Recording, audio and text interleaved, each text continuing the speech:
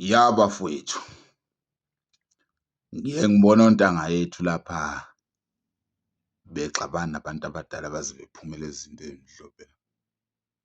Umuntu engathi ubesengwa, ethi ukubeka ngabe liyaxolisa leli khehla leli, ngizoze ngilibulale mina manje leli khehla. Kusho umfana ongangami, etshela ikhehla. Umuntu omdala uyazi, umuntu omdala ophilayo, ophila kahle engqondweni la, uyazi ukuthi akumele axolise enganeni. Ayimthinti yena leyo nto leyo. Kanjalo futhi nawe ngane akumele uyivume le nto yokuthi umuntu omdala axolise kuwe, kubaleka kakhulu. Owake waxoliswa umuntu omdala, ayikho into emlungelayo manje. Oxoliswe umuntu omdala nyakenye, kulo nyaka ku-edekile okungahambi kahle. Izinkinga zi-edekile, zi-times 2. Noma kungathiwa u-wrong kanjani umuntu omdala, akaxolise enganeni, usebuyisela impilo emuva. uNkulunkulu ulwa naye ngokuthi asuse wena emhlabeni endleleni e-right, akubeke evivinyweni. Wena omncane uzo-experience impilo yabantu abadala usasemncane kulo mzimba okuwo njengamanje. Ukuthi uma usumdala bese akubuyisele ngapha emuva, impilo yakho sibheke emuva ngoba ufune ukuguqula uhlelo lukaNkulunkulu. Kunezinto bafowethu zemvelo ne, isihlahla noma ungathatha imbewu uyibhekise phansi, uyibhekise kuphi, sinendlela yaso yokumila, imvelo leyo. Yekeni le nto yokuxolisa abantu abadala, niyayiqalekisa. Abantu abafuna ukuthi umama axolise, ubaba axolise, umalume axolise, u-anti axolise, bafowethu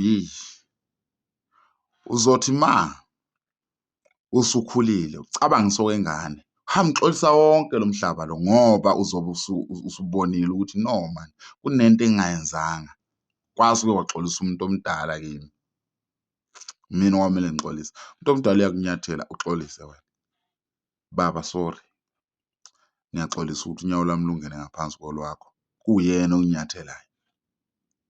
Kuphume kuye ukuthi awuxolise mfana wami, yazini awusasho nawe ukuthi ngiyakunyathela kuyisiphukuphuku man, eyi suka la kubamba ikhanda athi akuhlekihle, bese uyakuthuma awugijime uye lapha endlini uthathe uthusheleni, uye esitolo laphana uthole izinto ozithandayo. Yindlela yomuntu omdala ukukubonisa ukuthi wenza iphutha.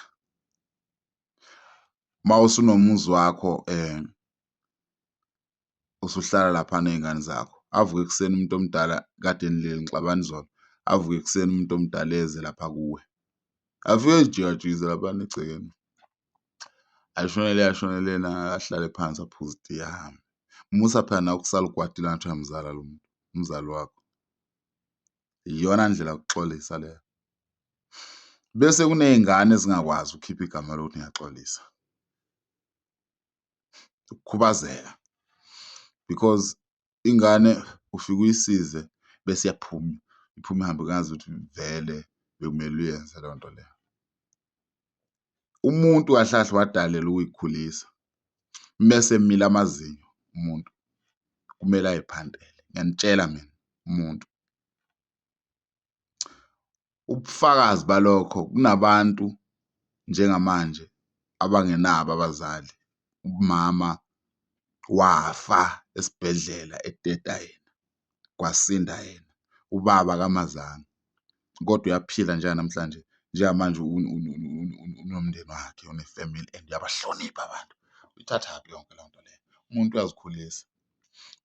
Sekuwumusa ukuthi kube nomzali nomuntu omdala odlala i-parent figure, angazi ikhona into enjalo, ozobe ekubheka, ekukhuza, ekutshela ukuthi musa ukwenza lokhu, musa ukwenza lokhu, bese uyaqina wena.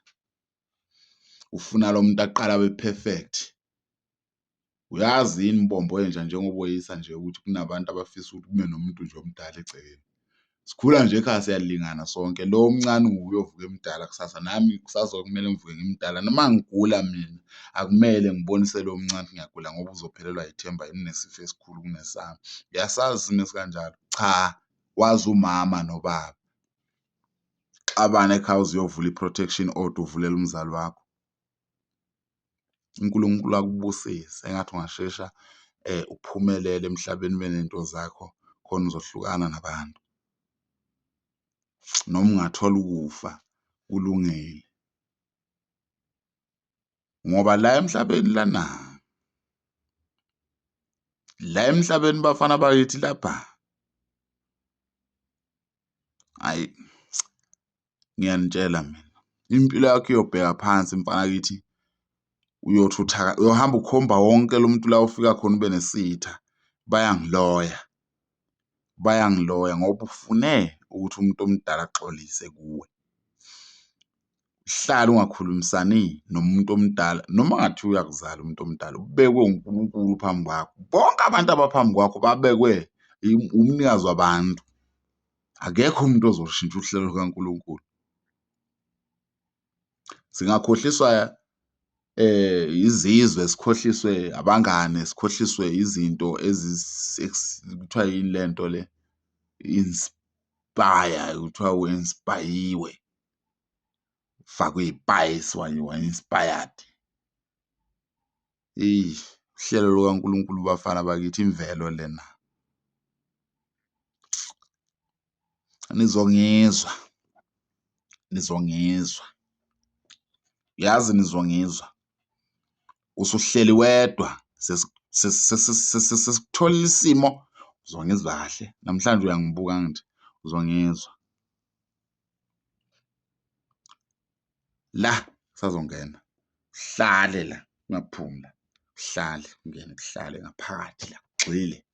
Umuntu omdala abafana bakithi uyohlezi umuntu omdala. Ngisho engona kangakanani, ngisho engenzani. Umuntu omdala, ngiyeza no-part 2. Umuntu omdala uma kuthiwa uyakunyathela, akusaphileki ukuthi kumele wenze njani. Ngale kokuthi wamukele, kunesinye isimo othola ukuthi asisamukeleki umuntu omdala, uselokhu ukunyathele njalo phela naye ngoba uyahlanya. Ngiyeza manje no-part 2 wale story manje, ukuthi wena kumele wenze njani, ngoba akekho umuntu eqinisweni okumele engasitholi isigwebo sakhe noma umdala kanjani. Ngiyanihlebela phela.